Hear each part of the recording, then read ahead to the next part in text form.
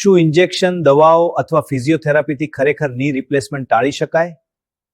ના, દરેક કેસમાં ઓપરેશન વગરની સારવાર એ ની રિપ્લેસમેન્ટના ઓપરેશનનો વિકલ્પ નથી બની શકતી. નમસ્તે મિત્રો, હું doctor Maharshi Bhatt, joint replacement surgeon at Aditya orthopaedic hospital, satellite, Ahmedabad. ઘણી વખત દર્દીને અને એમના રિલેટિવ્સને એવું હોય છે કે અમે ની રિપ્લેસમેન્ટ ના કરાવીએ અને અમુક પ્રકારના ઇન્જેક્શન્સ, દવાઓ, અમુક પ્રકારની સ્પેસિફિક મશીનવાળી ફિઝિયોથેરાપી, રેસ, કોઈ તેલ, ઘણીવાર એવા બ્રેસીસ કે પટ્ટા પહેરીને અમે લોકો ની રિપ્લેસમેન્ટને ટાળી શકીએ તો કેટલું સારું. કોઈને ઓપરેશન કરાવવું ગમતું નથી.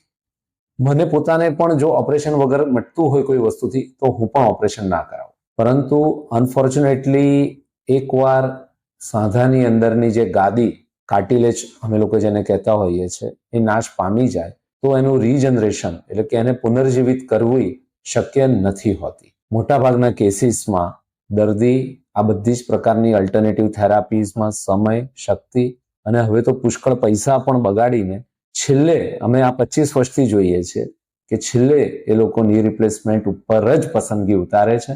એમને કરાવવું જ પડે છે અને ઘણા બધા દર્દીઓ અમને એવું કહે છે કે આ અમે 5 કે 7 વર્ષ પહેલા કરાવ્યું હોત આ ઓપરેશન તો અમે બહુ જ બધો સમય, શક્તિ, પૈસા અને માનસિક ત્રાસમાંથી બચી શક્યા હોત.